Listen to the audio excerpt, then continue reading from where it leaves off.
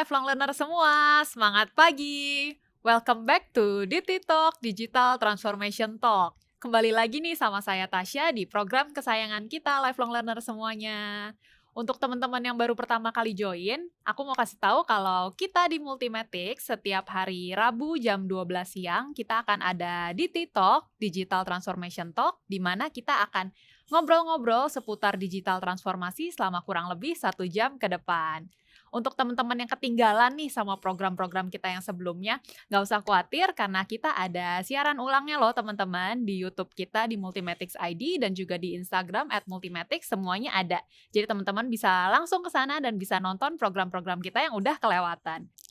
Nah, untuk hari ini kita akan bahas apa nih ya teman-teman lifelong learner semuanya? Jadi hari ini kita akan bahas tentang Strategic Business Value with Benefit Realization Management, di mana kita akan kupas tuntas tentang BRM dan apa hubungannya tentang untuk strategi bisnis. Seperti itu, dan seperti biasa saya tidak sendiri. Hari ini saya udah ditemenin sama expertnya yang pastinya sudah paham banget nih tentang topik yang akan kita bahas hari ini. Jadi langsung aja please welcome Dr. Agus Setiawan. Hey Tasya, apa kabar? Pagi. Kabar baik Pak? Puji Tuhan baik, semua all is well, all is good. Oke, bagus. Kita ada konsep baru nih Iya, Pak. waduh, kayak kita mau mengalahkan yang sebelah ya. Oh jangan gitu dong Pak. Yang sebelah udah gede kayaknya ya. Iya, kita Kita pelan-pelan lagi lah ya. merintis lah ya. Wah, konsepnya apa nih? Jadi podcast sekarang ya. Kita akan Wah. ngobrol-ngobrol nih Pak. Siap, Jadi lebih ke Tasya. ngobrol-ngobrol santai lah ya. Oke, Jadi, tapi walaupun santai harus memberikan insight ya. Iya, tetap dong harus. Kepada semua lifelong learners dimanapun berada ya. Betul, karena Oke. kita di Multimatic di DT Talk ini pastinya kita mau kasih insight-insight yang sangat berguna untuk teman-teman lifelong learner Ya, semua betul, ya. betul sekali. Oke, jadi tadi aku udah sebutin juga nih di Ya. awal kalau topik kita hari ini tuh tentang Strategic Business Value with BRM nih Pak. Oke, so strategic Business business value value. ya. Oke. So kalau strategic business value berarti dari 3 suku kata ya. Mm-mm. So ada strategiknya, ada business, ada value. Oke, Iya. with apa nih? With Benefit Realization Oke, Management. so with BRM, Benefit Realization Management ya. Berarti nanti kita akan membahas tentang BRM nih berarti nih ya. Iya, Wah, kita akan bahas menarik tentang ini BRM. Tasya Iya. ya.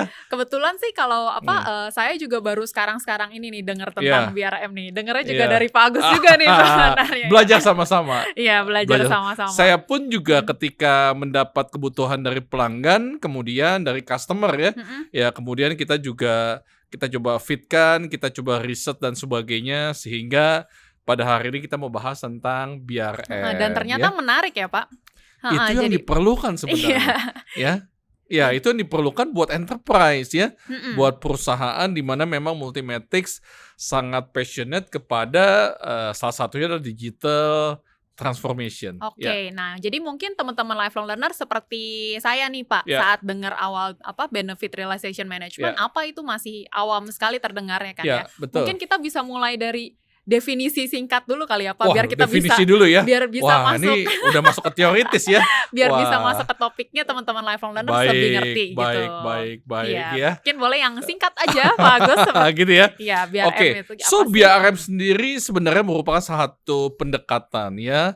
Salah satu pendekatan bagaimana perusahaan harus mampu bisa merealize benefit dari setiap project yang memang mereka create ya. Iya. Jadi pada umumnya ketika kita bicara enterprise kan mereka kirim para profesional belajar tentang project management gitu ya. Tapi saya melihat bahwa project managementnya penting, tapi kan pertanyaannya bagaimana deliverable itu bisa memberikan value kepada perusahaan gitu. Nah, oleh karena itu BRM sendiri fokus kepada bagaimana perusahaan harus bisa meng-create satu deliverable dari satu project yang memberikan business value. Oke. Nah, kalau setiap project itu bisa create business value kepada enterprise, oleh karenanya dia juga akan memberikan pengaruh positif terhadap strategik tadi yang di atas. Oke. Jadi BRM at least dua lah, memberikan business value, kemudian juga bisa memberikan pengaruh positif terhadap objektif. Oke. Nah, nanti detailnya kita mau kupas dalam waktu berapa jam nih? Kurang lebih 1 jam lah, Pak. Cukup 50 menit Oh, ya. yaudah, oke, Karena 50. durasi dari digital channels kita memang less than 1 hour lah. Yap, Ya. oke. Nah, Ya. itu jadi teman-teman seperti yang udah dijelaskan juga barusan, jadi BRM itu lebih ke bagaimana kita mungkin lebih fokus kepada benefit dalam suatu project ya. Betul sekali. Karena memang kalau misalkan bicara tentang project-project yang berjalan sih ya, mungkin kalau dari pengalaman juga, memang kita lebih fokus boleh ya, saat saya goyang-goyang ya. boleh Kayak Pak. podcast sebelah. Iya boleh podcast sebelah ya. Aman kok ini Mahal untuk orang digoyang-goyang. ya. Ya ketemu mic jadi agak-agak sedikit norak nih. Saya juga gitu kok Pak tadi, Iya ya. disesuaikan Lagi dulu. adjustment ya. Adjustment Oke, dulu. siap. Semoga format ini bisa lebih memberikan warna yang baru ya Iya, pada lifelong learners ya. betul. Oke. Karena menarik nih. Menarik ya. Semoga nggak membuat kamu jadi blank ya. Iya, Iya. lihat kok. Tadi sampai di mana ya Pak? Sampai bagaimana Di pengalaman iya, tentang project. Jadi kalau betul. misalkan bicara tentang project, memang seringkali nih orang-orang yang terlibat dalam project kita memang fokus saat saat lagi implementasinya aja Pak. Yang penting on time, Betul. ya kan? Yang penting bisa selesai Betul. seperti itu tanpa memang kita fokus pada apakah project itu memberikan value atau tidak. Betul seperti sekali. itu. Dan memang banyak ini ya Pak, sudah banyak riset-riset juga ya yang menyatakan ini berarti sudah bukan opini lagi ya Pak. Harus ini. Jadi Iya. sudah ada penilaian secara angka kalau misalkan ternyata memang untuk benefit dalam project sendiri ini kurang kita sebutnya ya, mungkin kurang terfokuskan ke sana gitu ya Pak. Betul, bisa juga ya. Jadi kan kalau kita mohon maaf nih ya para lifelong learners dimanapun berada ya. So Multimetrics ini kan kita garap hampir semua kategori atau tipe-tipe perusahaan. Betul ya? Betul. Jadi mulai dari apa nih? Perusahaan kalau kita bicara tentang BCA, Danamon ini masuk kategori apa nih? Finance, Swasta? swasta. Betul ya? Ya, Oke, so keuangan berarti swasta. kan ada perusahaan swasta ya. Nah, kalau ada perusahaan swasta, ada perusahaan apa lagi? Perusahaan BUMN, Organisasi BUMN ya. Iya. Yang kedua BUMN, yang ketiga lembaga-lembaga pemerintahan yang lembaga lain. pemerintahan ya. Kemudian ada lembaga tinggi negara ya. Oke. Jadi memang ketika Multimetrics banyak melayani tipe-tipe pelanggan, ini mohon maaf, ini kita nggak generalisasi. Tapi pada umumnya seringkali kita mendengar ya bahwa wah ini mah kalau ada project biasa ini project-projectan lah gitu ya. Jadi kadang-kadang kalau kita dengar seperti itu, kok kesannya jadi project itu bukan sesuatu yang memang berdasarkan kebutuhan dari perusahaan gitu ya. Jadi kalau saya melihat bahwa hari ini mungkin berbeda ya dengan mungkin 3 tahun, 5 tahun, atau 10 tahun lalu ya. Tapi saya percaya kalau misal kita bicara swasta, pasti setiap rupiah yang di spending itu harus bisa dipertanggungjawabkan. Gitu ya. Nah, kemudian ada lagi BUMN ya. Nah, BUMN ini kan juga luas ya. Bisa dilihat gak? Ini kita di TikTok edisi sekarang ini direkam untuk bulan April 2022. Yep. Berapa hari yang lalu saya nonton ya. Presiden kita Pak Jokowi marah-marah ya. Dia bilang apa? Tentang bagaimana APBN kita kalau di spending untuk belanja barang-barang lokal itu sebenarnya pertumbuhan ekonomi kita sudah cukup baik dia bilang. Jadi artinya banyak juga terutama ya pemerintahan ya, termasuk ada BUMN di sana, ada apa lagi, ada kementerian ya yang memang senangnya belanjanya impor. Kan gitu ya. Jadi poin saya adalah bahwa kadang-kadang ketika mereka belanja jangan-jangan bukan berdasarkan kebutuhan ya, tapi semacam hanya project saja ya. Ya mungkin di sana benefit-benefit oknum-oknum tertentu misalnya, tapi sekali lagi ini nggak generalize, tapi poin saya adalah bahwa ketika kita bahas project, poin saya adalah bahwa bagaimana project itu bisa memberikan benefit kepada enterprise. Nah ini oleh karena itu kita banyak campaign nih Tasya ya, bahwa kalau kalian ada project, ayo dong jangan hanya project dijalankan, tapi pada ujungnya manfaat dari project itu nggak jelas ya. Jadi kalau misalnya kita bicara tentang training dah misalnya ya, oke, kan Multimetrics selain consulting, berikan layanan consulting kan ada layanan apa lagi Tasya? Kita ada training dan sertifikasi. Training ya, lalu juga kita ada program pelayanan training sertifikasi kepada kampus-kampus di seluruh Indonesia ya, Yap. gitu ya. Kita coba cek lah ya, dalam kurun 2 tahun, 3 tahun, 4 tahun ya, lebih banyak mana training tentang project management sendiri atau tentang benefit Benefitnya. management plan Iya, sebenarnya. pasti lebih Pasti banyak project project management. management. Jadi Iya. perusahaan-perusahaan pasti ketika dia assign karyawannya, staffnya atau profesionalnya pasti belajar project management ya. Bisa belajar tentang PMBOK atau PMP, atau dia belajar tentang Prince2 ya, atau belajar tentang Agile Project Management. Jadi fokusnya kepada project governance. Bagaimana mereka mengerjakan project tersebut gitu ya. Tapi bagaimana nanti benefit itu bisa dikelola dengan baik, setahu saya trainingnya masih minim. Sangat minim malah ya, Sangat Pak. minim ya. Nah, itu sebenarnya latar belakang kenapa hari ini kita mengupas tentang benefit realization management. Demikian Tasya. Oke, berarti kita udah boleh mulai kupas nih ya, Boleh. Pak. Latar belakangnya kita Kita udah kupas bahas tuntas ya. Kita kupas tuntas Oke, dulu. siap. Oke, mungkin kita bisa mulai dari judul kita dulu nih, Pak. Betul. Tadi kan kita akan membahasnya mungkin spesifik tentang strategic business value Ya. dengan BRM. Betul. Seperti itu. Jadi mungkin kenapa nih judul ini nih, Pak? Oh iya. Oke, Iya. siap ya. Jadi kalau kita coba lihat dari judulnya kan strategic business value. Jadi memang project manager, portfolio manager atau program manager ya, atau bagian planning ya, atau bagian strategik itu, saya percaya bahwa di dalam satu enterprise itu kan dia mulai dari visi misi. Iya. Setuju ya bahwa setiap enterprise, setiap organisasi, baik profit non-profit, pasti kan mulai dari visi misi ya. Nah, dari visi misi, dia turunnya kemana nih? Turunnya kemana Tasya habis visi misi? Manfaat, tujuan. Pasti objektif, ya pasti ada objektif. Ya kalau di pemerintahan sebutnya RJPP gitu ya. Kalau di swasta sebutnya ya strategic lah ya, strategic planning dan sebagainya. Nah kalau kita bicara strategic planning kan ini 5 tahunan ya, ada 5 tahun, 4 tahun, 3 tahun, 2 tahun dan setahun. Tapi pada prinsipnya bahwa enterprise itu tadi visi misi pasti ada tujuan ya, ada yang 5 tahun atau tujuan untuk tahun tersebut ya. Jadi ada visi misi kemudian ada tujuan. Nah untuk mencapai tujuan objektif pasti ada strateginya. Oke, jadi ada muncul strategi toh. Strateginya apa nih ya? Tentang cost leadership kah, tentang efisiensi, atau tentang product differentiation ya, atau revenue enhancement ya, silakan saja. Nah, ketika kita bicara tentang strategi atau strategik, nah di situ nanti ada inisiatif. Betul nggak? Tasya kan harus dibikin KPI kan?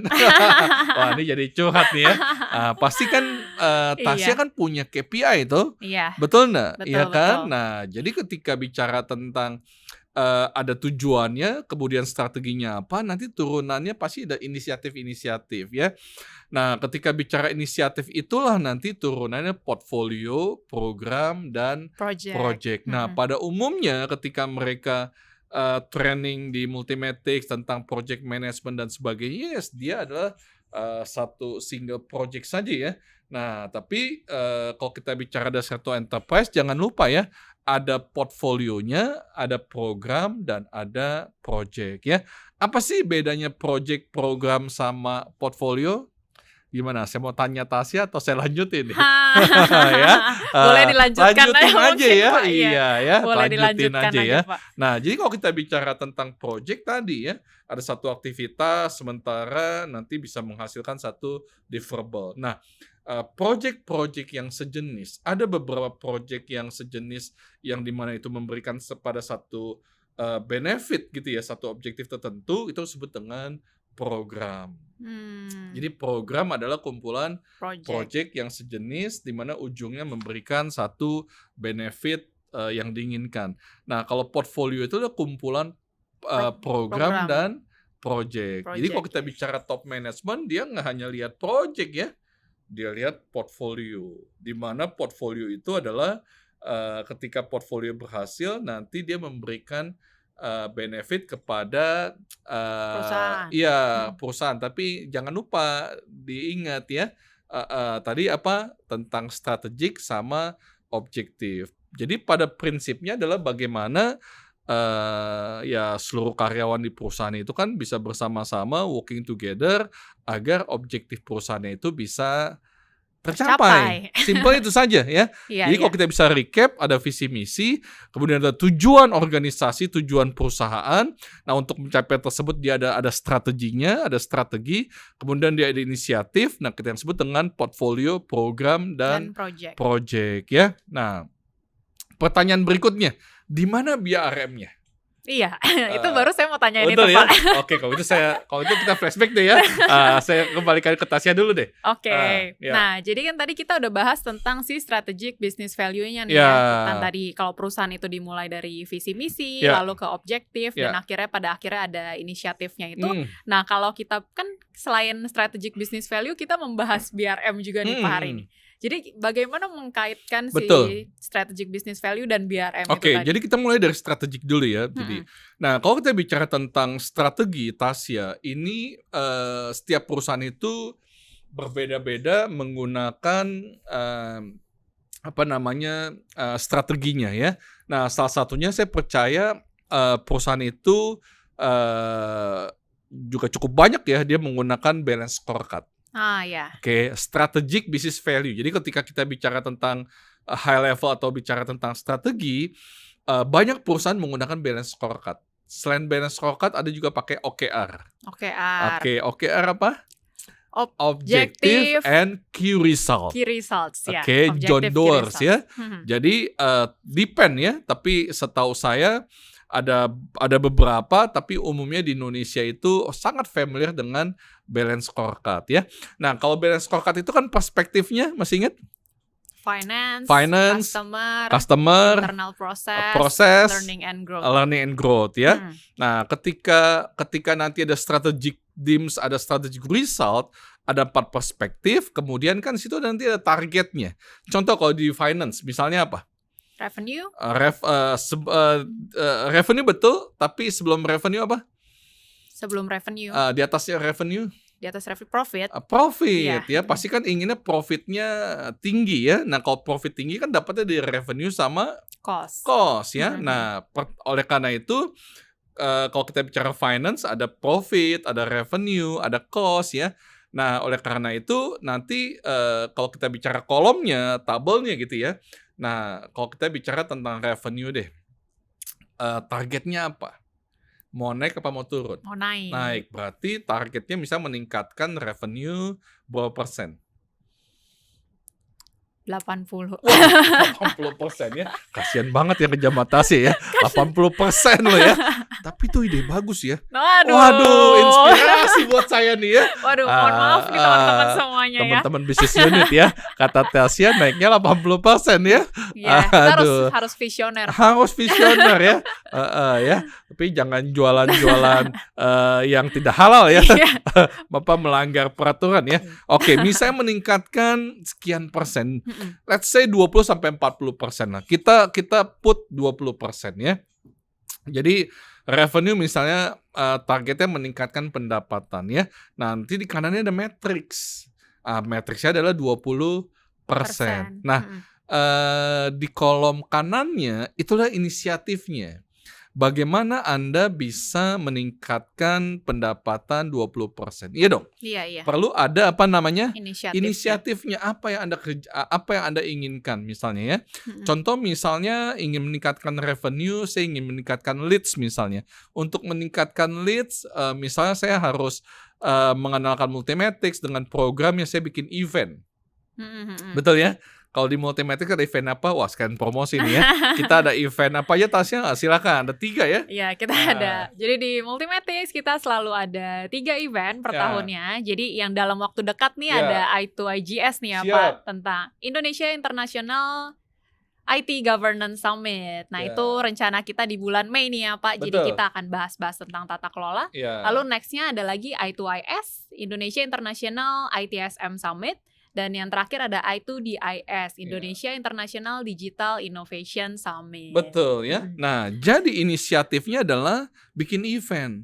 Nah, event itulah kita sebut dengan project. Hmm. Nah, jadi teman-teman, bagi teman-teman yang memang sebagai project staff, project coordinator atau project manager ya. Nah, kadang-kadang kita harus juga melihat dari sisi high level.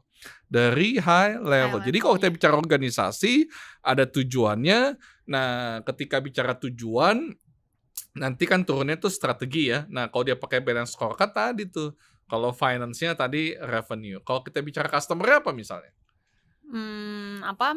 Meningkatkan new customer, New customer apalagi? habis itu Pelanggan, you inginnya pelanggannya tetap happy apa enggak? happy. Happy. Mm-mm. Jadi kalau misalnya pelanggannya happy berarti apa ininya? Apa targetnya apa? Targetnya dari CSS, Ya, dari angka. CSI misalnya Iya. Customer Satisfaction Index. Matriksnya Matriksnya misalkan harus ukuran ya, skala 1 sampai 5 ya. Iya, Berapa misal targetnya? 4, 4 dari skala 5. 5. Mm-mm. Inisiatifnya apa? Iya. Supaya mereka tingkat kepuasannya tinggi, dapat skala 4 dari 5, apa inisiatifnya? Berarti dari tim delivery mungkin harus menerapkan good Bikin project. customer loyalty program, betul nggak? Betul ya. Nah, itu kan satu inisiatif. Nah, jadi kenapa kita bicara tentang strategic business value? Karena teman-teman yang ada di project atau ada di PMO itu mesti selaraskan antara strategik dengan project. Oke, selaraskan apa? Strategic dengan High project. level strategy sama project. Bahwa project-project yang ada kerjakan itu sebenarnya align, selaras gitu ya dengan high level strategi tadi ya. Yang berhubungan dengan finance kah, yang berhubungan dengan apa lagi? Pelanggan kah, yang berhubungan dengan apa lagi? Ya, dengan Proses, efisiensi misalnya ya. Iya. Kemudian yang terakhir adalah bicara tentang learning and Growth. growth timnya. Kan gitu ya. Nah, kenapa kita bicara tentang strategic business value? Karena memang project itu adalah turunan dari makanya kalau project-projectnya gagal Objektif secara nggak nggak langsung tercapai. ya, secara nggak langsung Betul ya. objektifnya nggak Nah, tercapai. sehingga kalau kita nanti bicara tentang BRM, kita ingin memastikan ya bahwa objektif perusahaan itu harus tercapai. Nah, oleh karena itu betul nggak deliverable yang dirilis gitu ya, itu memang menggerakkan atasnya. Ya, Menggerakkan apa? atasnya. Atasnya apa tuh tadi tuh? Strategi sama objektif ya. Objektifnya. Jadi kalau kita bicara vertikal, visi misi, nanti ada objektif, kemudian dia ada strategi, kemudian ada portfolio, program, project. Bawahnya adalah operation. Oke. Oke. Berarti sebenarnya kalau bicara tadi project-project kan pasti di masing-masing projectnya itu kan ada PM-PM-nya masing-masing dong ya Pak. Jadi sebenarnya yang bertugas untuk memastikan kalau si projectnya ini selain berjalan lancar juga memang harus tadi memberikan value, itu apakah tugas dari si PM itu sendiri atau betul bagaimana sekali sih Pak? ya. Nah, kita nanti akan bahas hal itu ya di dalam banyak pelatihan. Ketika saya berinteraksi dengan para project manager dan sebagainya, mereka bertanya, itu tugasnya siapa? Wah, dia balik ke saya. Iya. Jangan lupa Pak Agus ya, bahwa definisi project itu adalah temporary endeavor. Wah, dia balik ke saya nih dengan teorinya lagi ya. PMBOK mengatakan bahwa project itu kan aktivitas sementara. Ya, aktivitas sementara untuk meng-create unique product, unique result ya. Kan seperti itu. Nah, bagi saya kalau saya udah mengerjakan project, selesai ya sudah. Itulah makanya di PMO itu Project Management Office juga harus mendesain ada satu unit yang tidak hanya ngurusin portfolio program atau project, tapi dia bisa meng-create satu unit yang kita sebut dengan BRM. Tujuannya apa? Tujuannya tadi bahwa kalau tadi orang project gitu ya, wah bagi saya projectnya selesai ya selesai ya. Nanti benefitnya mau digunakan apa enggak itu kan bukan urusan mereka sebutnya ya. Nah demikian juga nanti ada program manager atau juga ada portfolio manager. Manager. Nah, itulah makanya kenapa tidak hanya cukup sampai berhenti di project manager, tapi kita perlu ada program manager, ada portfolio manager, dan juga ada BRM unit BRM itu. gitu ya. Nah, saya coba lanjutkan ya. Oke. Iya, Pak. Ya, jadi tadi kan strategic business value sudah clear bahwa memang jangan hanya lihat dari project, tapi lihat dari enterprise secara keseluruhan, lalu lihat dari sisi high levelnya ya. Lalu kalau inisiatifnya tadi sudah paham ya, kalau dia Iya. pakai balance scorecard, ada 4 perspektif, lalu ada targetnya apa, matriksnya apa, Masing-masing inisiatifnya apa ya. Nah, oleh karena itu ketika kita bicara inisiatif yang kita anggap sebagai project, nah ketika project itu berjalan, dari awalnya itu mesti didesain. Apa desainnya apa? Tentang ya benefit recession management. Nah, kalau di PMBOK edisi terakhir ya inputnya itu kan ada benefit management plan. Jadi memang mesti direncanakan terkait dengan benefit supaya dipastikan bahwa project selesai ya sudah gitu saja. Nanti mau digunakan apa enggak, deliverables-nya apa enggak, ya itu bukan urusan project manager lagi ya, tapi saya rasa enggak bisa begitu. Tapi kalau tema saya juga ada masalah culture. Contoh, misalnya kita bicara tentang HRIS ya, atau ada satu sistem informasi lah, ada satu aplikasi yang di mana itu membantu perusahaan ya, bicara tentang data. Seringkali ketika itu datangnya top down atau itu datangnya dari head of department ya. Iya. Ada satu project, nanti kan udah hasil nih. Nah, hasil itu kan nanti diberikan kepada user. Gitu ya, apalagi kalau misalnya ini bicara seluruh Indonesia nih ya. BUMN-BUMN ini kan juga ada yang ada divisi regional, ada unit-unit ya, ada cabang-cabang yang ada di seluruh Indonesia ya. Nah, pengalaman saya terakhir ketemu dengan beberapa pelanggan, iya Pak, kita punya project Pak. Datangnya top down atau datangnya dari head of department. Nah, nanti ketika nanti ada deliverable, kita berikan kepada user bilang apa? Wah, susah Pak, pakai inian, udah saya pakai model yang lama aja deh. Nah, Ada apa? Ada resistance.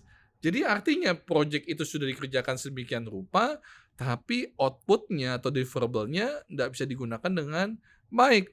Apa? Satu, resisten. Kedua, dia mau gunakan tapi tidak terbiasa juga tidak bisa terbiasa kali juga ya.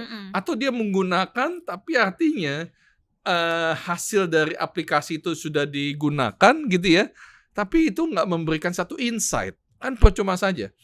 Ya. Iya. Dulu saya pakai manual. Sekarang sudah digital, karena kan digital transformation toh, ada resistensi dan sebagainya. Tapi ketika dia sudah menggunakan aplikasi tersebut, tapi juga outputnya, reportingnya nggak memberikan satu insight untuk decision making. Itu pun juga menjadi isu juga gitu ya. Iya. Nah, itulah makanya perlu ada satu unit yang memang memastikan bagaimana benefit itu bisa direalisasikan. Oke. Nah, berarti kalau kan tadi bicara tentang culture nih ya Pak. Ya. Memang banyak dari Culture ada salah satunya ya. Iya, salah satu yang ya menyebabkan si benefit ini tidak terrealisasi dengan baik seperti itu. Jadi mungkin kalau misalkan dari si unit yang handle tentang si BRM ini, apakah memang mereka tuh harus sebutnya? Campaign mungkin gitu Pak, ke si orang-orangnya ini. Makanya ada dua ya. Satu ini kita bahas BRM, mungkin nanti nextnya kita bicara tentang OCM. Apa itu OCM? Organizational Change Wes, Management. keren ya. Iya, untung betul. Hebat ya. Untung betul ya. Ya, berarti kan ketika nanti kita udah bahas BRM, para leaders ya, para lifelong learners, para top management atau para project manager yang nonton video kita ini, nah ternyata nggak hanya cukup BRM saja ya, walaupun kita belum bahas BRM-nya nih. Wah, saya udah jam sekian ya. Ini kita belum bahas BRM-nya loh, kita baru bahas latar belakangnya aja ya. Nah, kalau kita bicara nanti culture, nah itu bicara tentang perubahan. OCM ya, tapi kita nggak bahas sekarang, tapi itu juga merupakan satu disiplin ilmu juga harus dikuasai ya. Skill set harus dikuasai oleh para profesional di enterprise ya. Nah, karena ini masalah durasi, kita harus bahas BRM nih. Oh ya udah, oke, boleh Pak. Gitu ya. Karena kalau nggak nanti, yang sudah nonton sekian puluh menit, jadi BRM-nya apa nih ya? Nah, kita harus masuk ke sana nih. Silakan Tas ya. Oke, kalau gitu kita langsung masuk aja nih ke BRM-nya. Berarti Langsung aja Pak berarti. Ya, tadi kan Kira-kira ada mhm, dua poin toh. Pertama mhm. strategic business value, lifelong learner sudah bisa paham, dan yang kedua BRM sendiri. Oke, gini.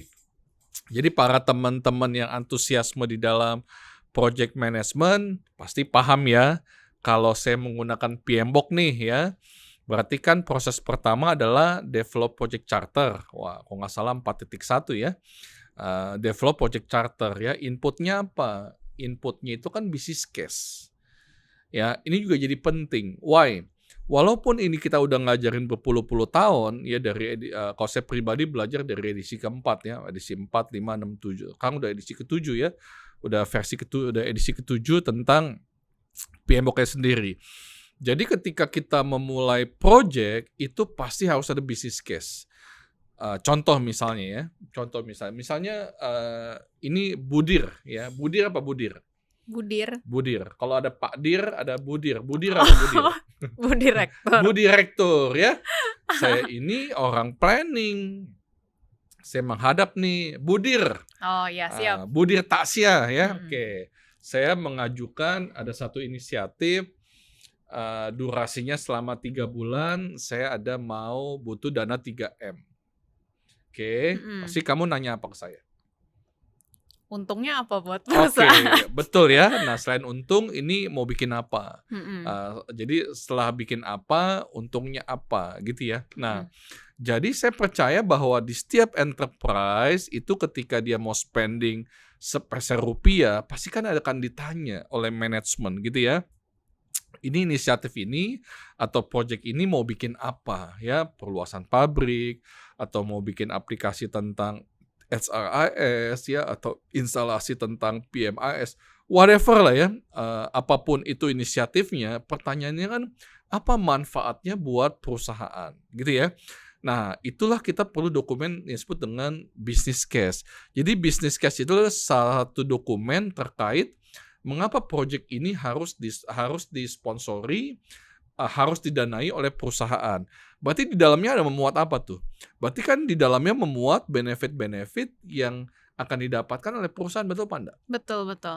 Saya ulang lagi sekali lagi ya. Mhm, mhm. So lifelong learners ya, saya percaya bahwa teman-teman yang sudah sangat familiar dengan project management, bukan hal yang baru tentang business case ya. Business case itu adalah salah satu dokumen mengapa inisiatif satu project itu bisa didanai ya. Maka di situ ada teknik-tekniknya apa aja ya. Bicara tentang payback period, bicara tentang IRR, bicara tentang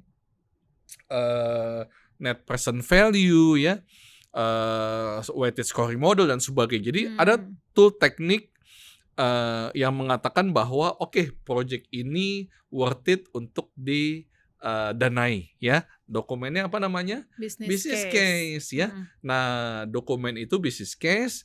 Nah, kemudian jangan lupa juga selain ada business case harus ada yang disebut dengan benefit management plan. Itu mesti didesain di awal. Oke, Ah, jadi yang pertama business case. Nah, saya melihat ketika saya berinteraksi dengan banyak perusahaan gitu ya, Pak, kita jalanin project. Saya tanya ada business case-nya nggak? Wah, tergantung, Pak. Oh, kok tergantung? Saya bilang, saya bingung ya. Kalau projectnya strategis, kadang-kadang dibikin, Pak, business ah. case. Tapi kalau project-project yang mungkin bagi perusahaan, wah, nggak ada business case-nya, Pak. Udah, jalan-jalan begitu aja, Pak. Oh, ada 2 nih ya. Berarti ada kalau dia strategik, kalau nggak strategis kadang-kadang nggak ada. Tapi ada lagi nih, Pak. Project tiba-tiba turun dari langit nih, Pak, ya. Ya, ini teman-teman para profesional, saya rasa ini bukan sesuatu yang, apa ya, bukan sesuatu yang ngada-ngada ya. Memang begitu. Kadang-kadang turun aja ya, ini ada project, yuk jalankan. Dokumen-dokumennya udah nggak ada tuh ya, tinggal jalankan saja. Nah, kalau itu tidak dilengkapi dengan business case kan pertanyaannya apa? Ketika deliverable selesai, kita kan mau klaim manfaat apa sih yang bisa didapatkan dari deliverable tersebut? Mhm, Make sense mhm. ya? Make sense. Satu, berarti yang pertama mesti ada apa? Business case. Business case. Nah, dokumen business case inilah sama benefit management plan-nya atau BRM-nya yang harus kita pegang ya. Nah, kemudian yang kedua ya, yang kedua ini ada stigma nih bagi project managers ya. Oke. kan Tasya juga involved di dalam project. Setuju ya? Iya. Ada beberapa project yang Tasya ini yang pernah terlibat misalnya. Apa kalau yang terakhir mungkin project event kita, Pak? Nah, customer kamu misalnya ya. Ada, iya. Sedang ada 2 Ada yang berjalan. lagi jalan 2 toh? Iya. Oke.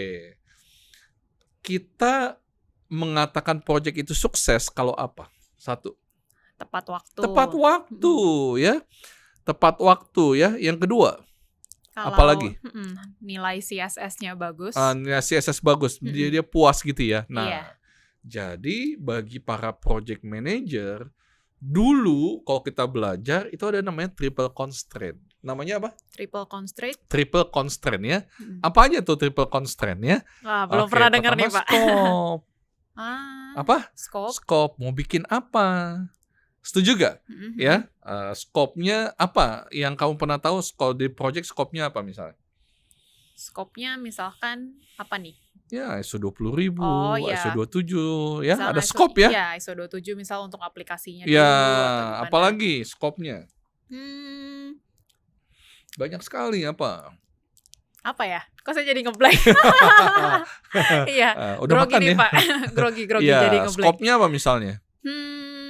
Ada project, kalau security misalnya apa? Apa? Teddy, nyebut Oh. nama ya. Waduh ya. Apa? Iya, Pentest. Pentest ya. Nah, jadi kan ketika kita bicara tuh kan ada scope, di mana scope itu merupakan requirement dari customer ya. Yang kedua schedule time, pengennya apa? On time. Yang ketiga budget, artinya budgetnya jangan sampai melebihi dari apa yang sudah di planningkan ya. Itu disebut dengan triple constraint. Apa aja tadi? Scope, schedule atau time, budget ya. Nanti ada lagi quadruple, tambahannya equality. Jadi quadruple ya. Kemudian tantangannya apa lagi? Komunikasi buruk ya. Tantangannya apa lagi? Tentang resiko dan sebagainya ya. Nah, sehingga di benak semua para project enthusiast atau yang terlibat di dalam project, di benaknya kalau project sukses itu apa? Sesuai dengan on scope, on budget, on schedule, on budget. Padahal sebenarnya kalau kita bicara tentang project itu sukses, itu ada 2. Apakah dia memberikan value? Yang kedua, bicara tentang project performance. Nah, kalau tadi yang saya bilang triple constraint itu project performance. Namanya apa?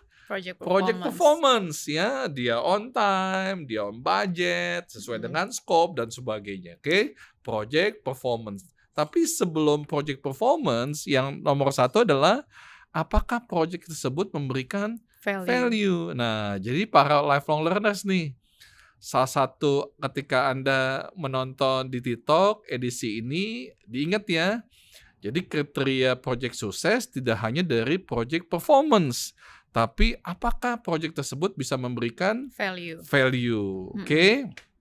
Nah, jadi tadi ketika kita ada bicara business case, berarti kan yang kedua ini bicara tentang project governance, yaitu project performance ya. Project performance tadi saya bilang ya, dia on scope, on budget, on schedule, on time gitu ya. Nah, nanti di ujungnya itu kan dia ada deliverable toh? Ada.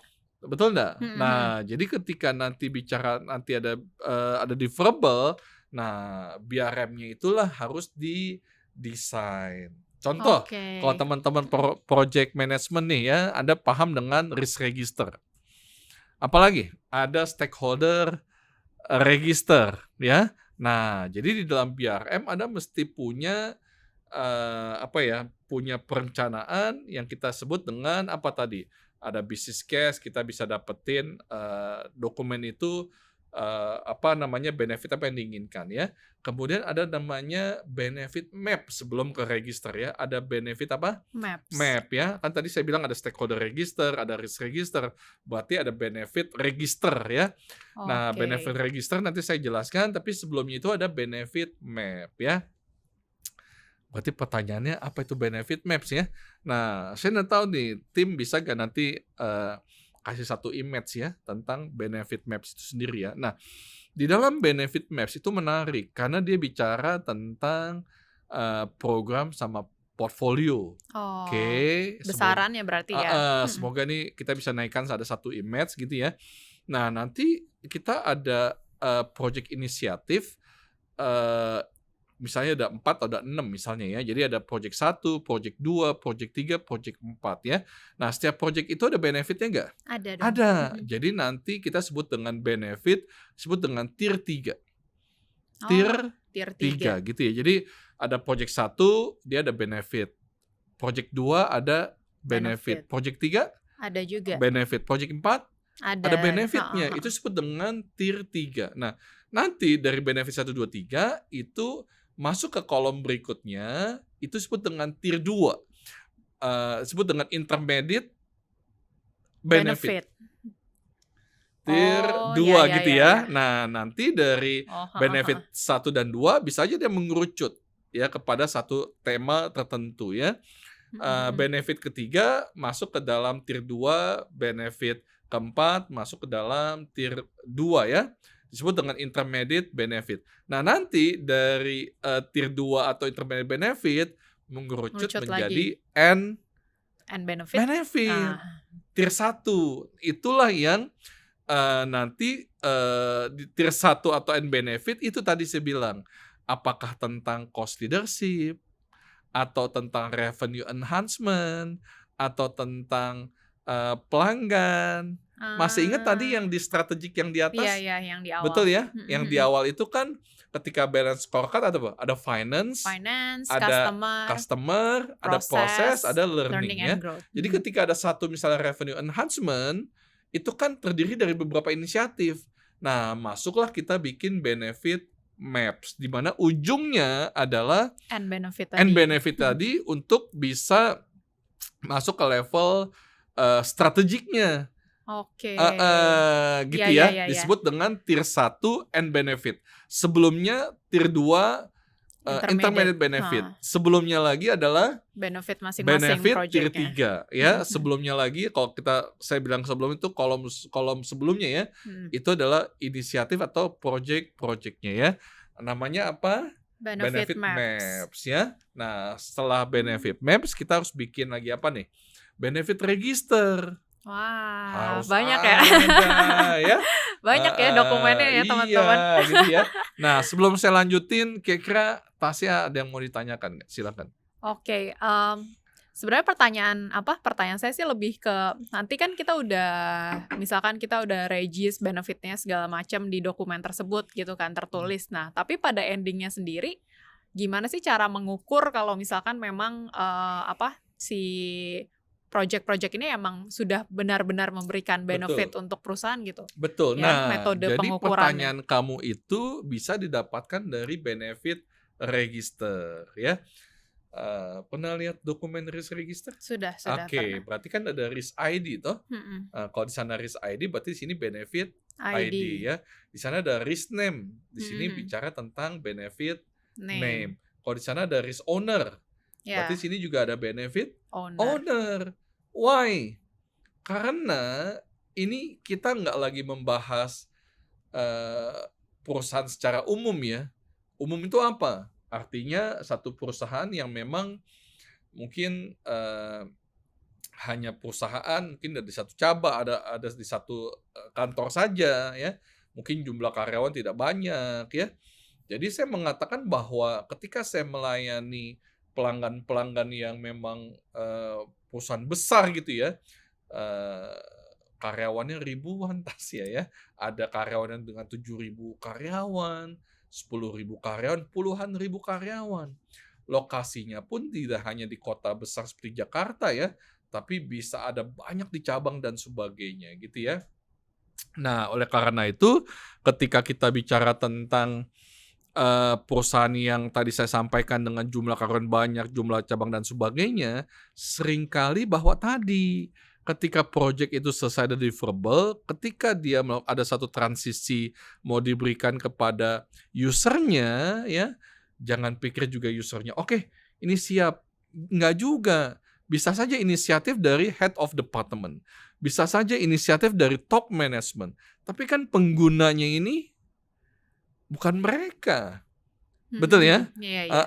Penggunanya bukan bisa aja penggunanya bukan head of department, bisa aja penggunanya bukan top management, bisa jadi pengguna ada di luar cabang ya.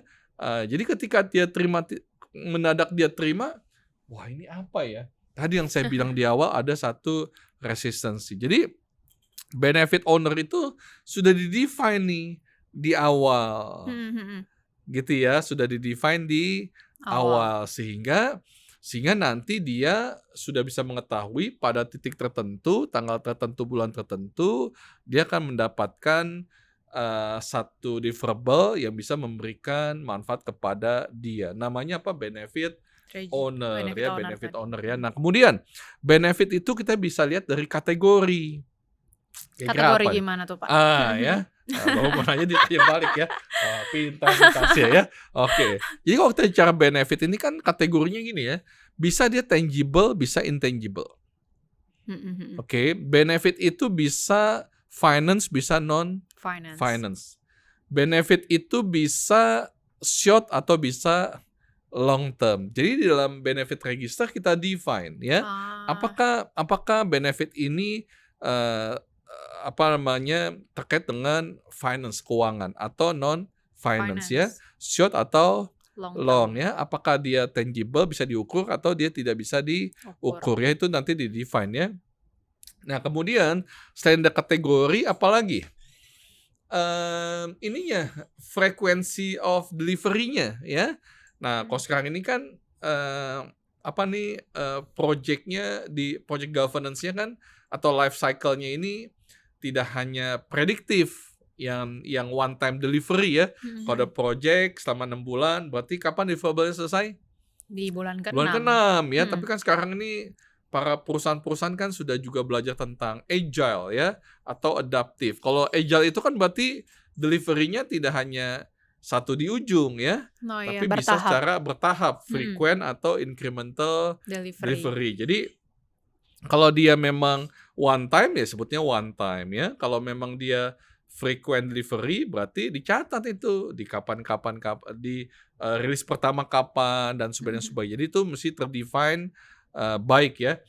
Nah, kemudian apalagi ya selain tadi ada frequent of delivery-nya, kemudian ada lagi target benefit-nya. Stated target benefit-nya. Nanti kolom berikutnya ada actual benefit-nya. Nah, kalau actual benefit-nya berarti belum diisi tuh. Iya.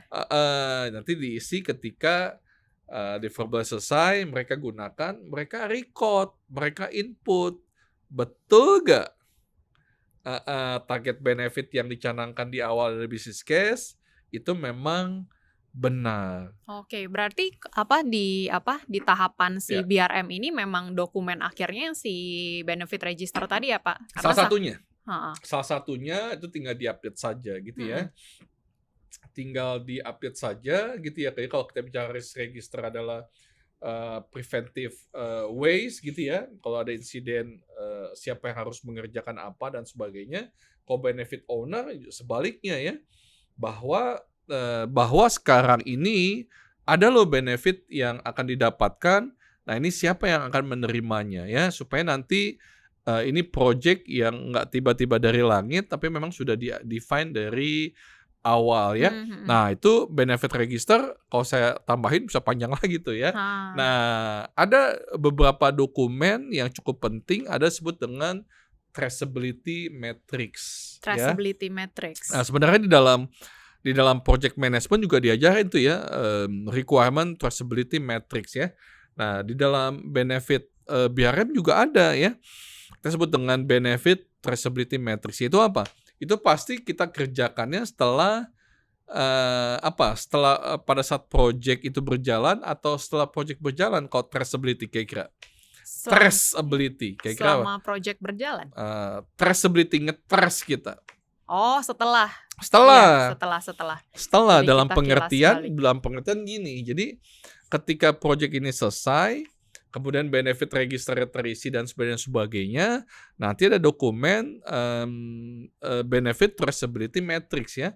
nanti kolomnya itu atau tabelnya bicara tentang ada deliverable 1, matrix ya, nanti dia ada deliverable, nanti ada benefitnya. Betul gak nih deliverable ini, benefitnya ini sesuai? Nanti tinggal kita isi aja ya, sesuai, apa nggak sesuai, atau dalam in progress misalnya ya.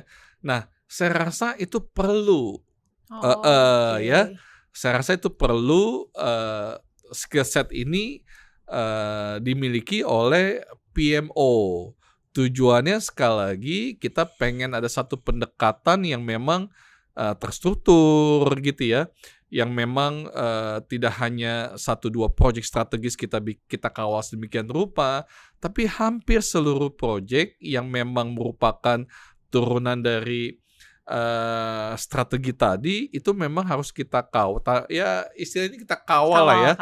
Tujuannya apa? Supaya benefit dari setiap deliverable itu harus bisa benar-benar memberikan value kepada bisnis dan juga pada akhirnya objektif itu tercapai, gitu ya.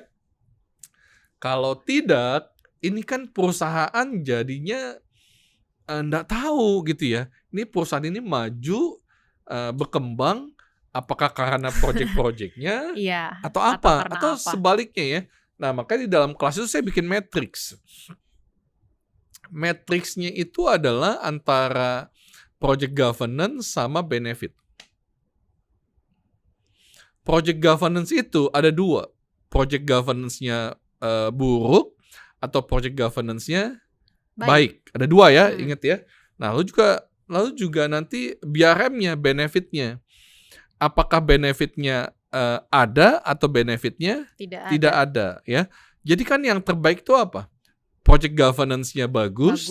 Project management dikerjakan dengan baik, lalu benefit-nya tinggi, gitu ya. Itu yang paling ideal ya. Jadi kalau kita bicara matrix itu di kanan atas ya, di kanan atas ya. Oke. Lalu ada apa lagi?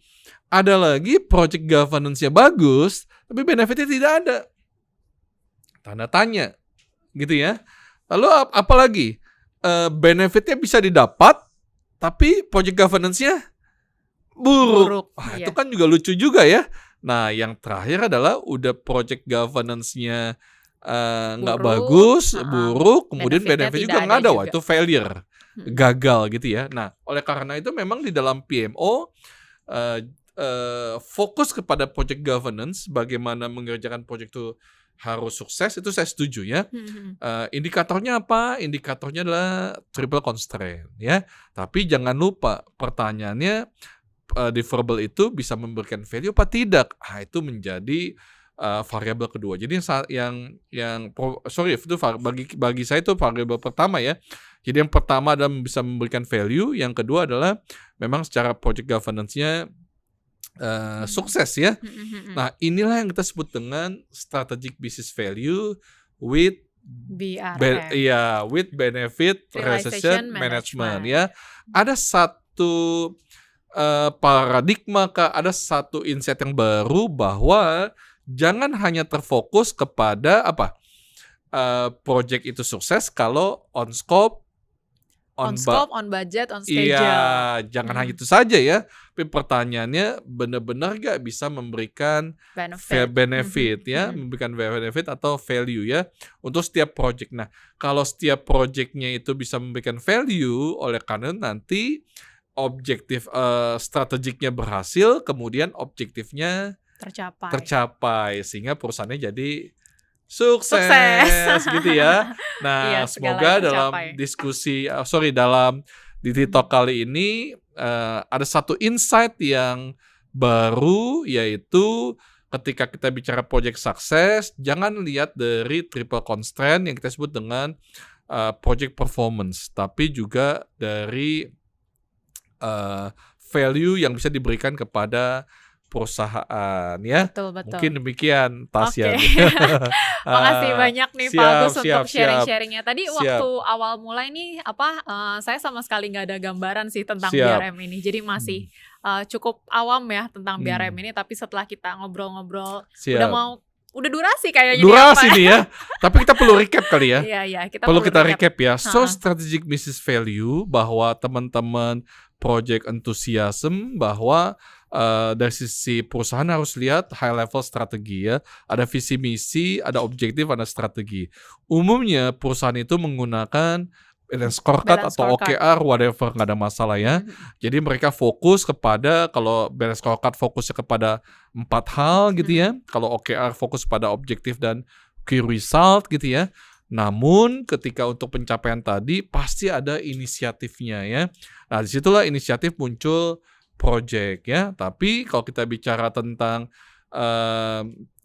strategiknya kan ada beberapa hal ya. Nah makanya itu disebut dengan portfolio, program, dan project ya. Nah itu sampai kepada strategic business value-nya. Nah oleh karena itu kita anggap sukses tidak hanya sekedar project performance, tapi apakah dia bisa memberikan value. Nah itulah yang kita ingin sampaikan. Ayo teman-teman, para lifelong learners dimanapun berada, kita harus memastikan bahwa project yang kita kerjakan di satu perusahaan, PMO-nya harus memastikan nih, benefitnya pun juga harus ada. Itu semua bisa diukur ya. Nah kalau itu kita bisa diukur, tadi yang saya bilang matriksnya ya. Jadi benefit ini ada karena project-nya kah? Atau memang yang penting kita sukses Pak gitu aja ya. Tapi nggak bisa apa ya, kita mendesain. Nah kalau ini kita bisa desain seperti itu, wah ini kan jadi menarik ya. Jadi tahun depannya tinggal kita bikin yang baik sehingga nanti enterprise-nya pun juga bisa maju. Karena Multimatrix fokusnya kemana nih? Digital Innovation Strategy, yang di situ pasti banyak project juga. Yang kemudian yang kedua adalah kita ingin memberikan greater impact ya, dampak yang maksimal, yang baik ya kepada perusahaan-perusahaan di mana kita layani. Karena kami percaya bahwa knowledge is power ya. So we like to turn knowledge into performance ya. Mungkin begitu ya recapnya ya. Saya kembalikan lagi kepada Tasya nih. Oke, sekali lagi makasih banyak ya Pak Agus untuk ya. insight-insightnya hari ini. Jadi untuk teman-teman lifelong learner semuanya nih, para yang menekuni tentang PM nih ya khususnya betul ya. ya. Jadi nih ada ilmu baru nih. Jadi selain kita fokus kepada project managementnya aja, kita juga harus fokus kepada benefitnya. Apakah project tersebut memberikan value kepada perusahaan atau tidak, seperti itu ya Pak. Oke, jadi itu ngobrol-ngobrol kita hari ini Pak tentang BRM ya, Strategic Business Value with BRM. Jadi mungkin kita karena sudah durasi, kita harus sudah durasi. Iya. Iya, ini kalau dilihat di belakang nih udah ada yang kasih lihat durasi nih Pak. Udah begini kan. Iya kan. Waduh. Gitu. Jadi sayang sekali teman-teman, untuk topik hari ini kita harus selesaikan saat ini nih. Mungkin kalau teman-teman lifelong learners masih ada yang mau ditanyakan tentang BRM ini ya, mungkin boleh ditanyakan aja di kolom komen di YouTube ataupun di Instagram kita, nanti kita bisa bantu jawab. Atau sama kalau format ini ya, format baru ini kalau ada masukan silakan. Oh iya, tentu aja nih untuk format ini, apakah teman-teman lifelong learners suka, ada masukan seperti apa, boleh banget. Dan kalau mau request part 2 tentang BRM ini juga boleh banget ya Pak. Atau mau training dong. Oh iya, atau mau training itu lebih boleh lagi pastinya. Harus training ya atau consulting, kita punya layanan di BRM. Kalau BRM itu memang kita belajarnya di PMBOK ya, tapi kalau misalnya teman-teman lihat misalnya dari Axelos atau dari FPMG, mereka sebutnya adalah managing benefit. Itu ada training dan ada sertifikasi juga dari FPMG ya. Nah tuh, untuk teman-teman semua yang mau mempelajari lebih lanjut lagi dan bahkan bersertifikat untuk BRM yang tadi kita bahas, bisa banget nih training di Multimatrix ya Pak. Kita trainingnya bersama dengan siapa? Bersama dengan siapa? Bapak Jangan lupa nanti ya. Iya, langsung nih dengan pakarnya seperti itu. Jadi mungkin kita sekalian promo sekali lagi nih ya Pak. Jadi teman-teman lifelong learner, sekali lagi mungkin ada yang baru pertama kali join juga. Jadi kita di Multimatrix ini kita punya layanan training, sertifikasi, dan juga konsultansi khususnya untuk digital innovation strategy seperti itu ya Pak. Jadi oke, makasih teman-teman lifelong learner semuanya yang udah hadir di DT Talk kita pada hari ini. Jadi aku mau mengingatkan kembali kalau DT Talk kita ini ada weekly ya teman-teman. Jadi setiap hari Rabu jam 12 siang kita akan ada DT Talk dengan topik yang berbeda-beda dan pastinya seru-seru banget. Dan pastinya bisa menambah knowledge teman-teman semua ya. Seperti itu. Nah, untuk narasumbernya, expertnya juga setiap hari kita Hmm. bisa beda-beda Iya. dengan ya memang dengan expertise-nya masing-masing. Jadi teman-teman lifelong learner semua bisa join dan bisa bertanya seperti itu. Betul. Sekalian temenin makan siang ya, Pak. Betul. Temenin makan siang. Iya, dan mereka bisa belajar tidak hanya melalui video ini, tapi juga kita punya digital channels beragam. Iya, Nah, iya. digital channels kita apa aja nih? Ada slide-nya. Coba Tasya. Oke, boleh ya, Pak. Boleh dong. Jadi teman-teman lifelong learner semua juga boleh banget ikutin terus Multimatics. Kita ada di Instagram @multimatics, lalu di YouTube Multimatics ID, kita ada juga di Facebook Multimatics_ID, LinkedIn Multimatics ID, dan juga Instagramnya Jangan Bapak. lupa follow ya,